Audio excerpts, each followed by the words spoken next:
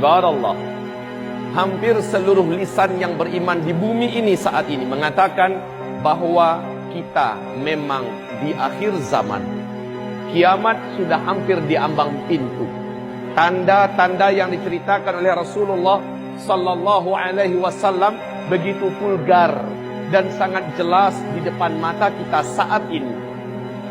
Tidak ada satu yang berani mengatakan tidak.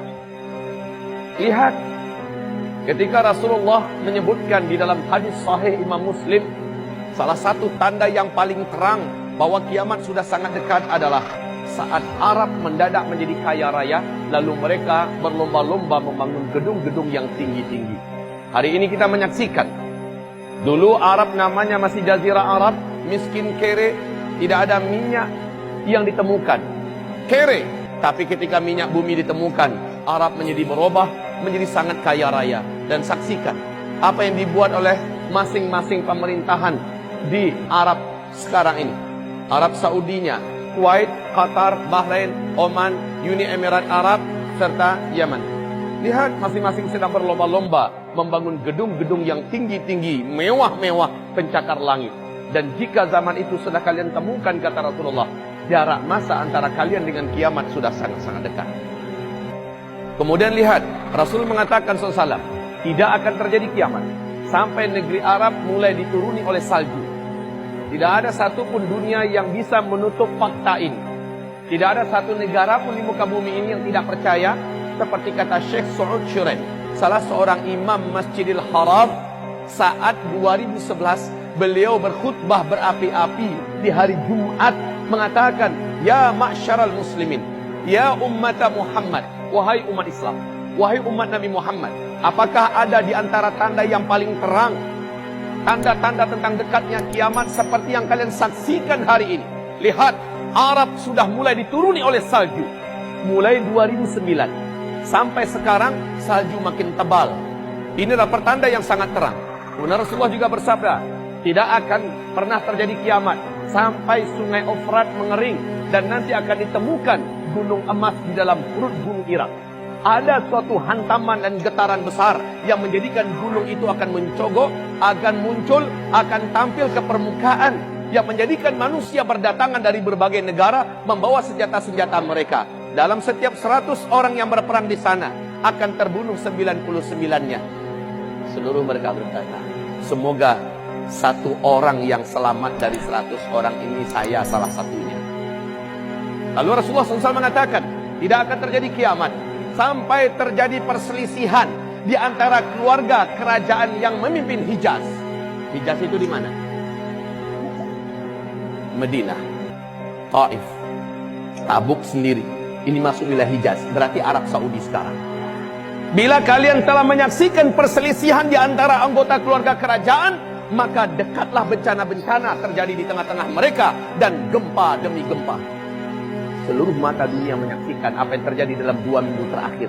Kita menyaksikan apa yang terjadi. Adakah yang berani membantah apa yang sedang terjadi di kerajaan Arab Saudi hari ini? Ibarat Allah yang kami muliakan, penangkapan puluhan pangeran, penangkapan menteri-menteri dan mantan menteri-menteri atas nama korupsi dan segala macamnya. Kemudian bahkan dalam 24 jam 2 orang pangeran terbunuh hanya dalam 24 jam di Arab Saudi. Kita juga menyaksikan dalam waktu 2-3 hari belakangan ini bagaimana bencana-bencana dan musibah mulai terjadi di Arab Saudi hari ini. Angin topan yang sangat mengerikan, badai serta banjir yang sangat dahsyat di Jeddah, serta banjir yang menggenangi sekitar Ka'bah. La haula wala quwata illa billah. Sehingga SCTV pun mengumumkan berita terkini tentang perkembangan di Arab Saudi. Bagaimana yang akan terjadi ke depan? Keributan akan semakin panas di dalam tubuh kerajaan, dan itu adalah tanda-tanda akhir zaman yang sangat terang. Ibarat Allah, yang ingin saya serukan adalah apa sabda Rasulullah? Jika kamu melihat tanda-tanda itu begitu terang, badiru bil a'mali fitanan. Saling berlombalah kamu nampakkan terang-terangan dalam rangka memperbanyak amal soleh. Kalah mengalahkan yang lain dalam rangka memperbanyak amal yang soleh. Fitanan, di masa-masa fitnah. Di masa-masa fitnah. Fitnah yang dimaksud oleh Rasulullah SAW dijelaskan di hadis yang lain. Nabi mengatakan standar fitnah saat itu bukan fitnah yang terjadi di Yaman, bukan fitnah yang terjadi di Rohingya, bukan fitnah yang terjadi di Irak, bukan fitnah yang terjadi di Afrika, bukan fitnah yang terjadi di Rusia, bukan fitnah yang terjadi di Eropa, bukan fitnah yang terjadi di Amerika, tetapi kata Rasulullah, wal fitan di Syam. Standar fitnah saat itu adalah di negeri Syam. Syam adalah Palestina, Syria, Lebanon, Yordania.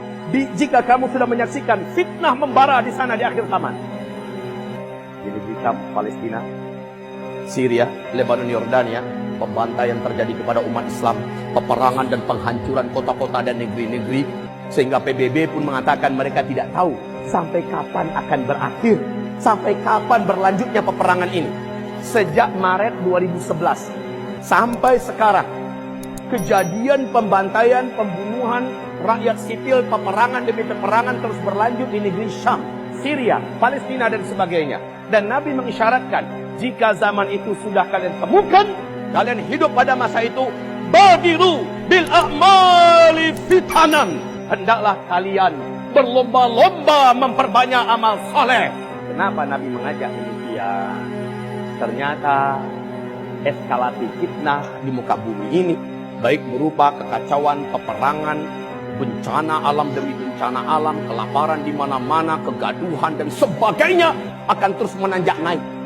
Orang yang tegak, orang yang kuat, orang yang selamat, orang yang sabar dalam menghadapi itu semua sehingga imannya jadi semakin kuat, insya Allah dia tidak akan pernah berguguran di antara orang yang gugur dan murtad.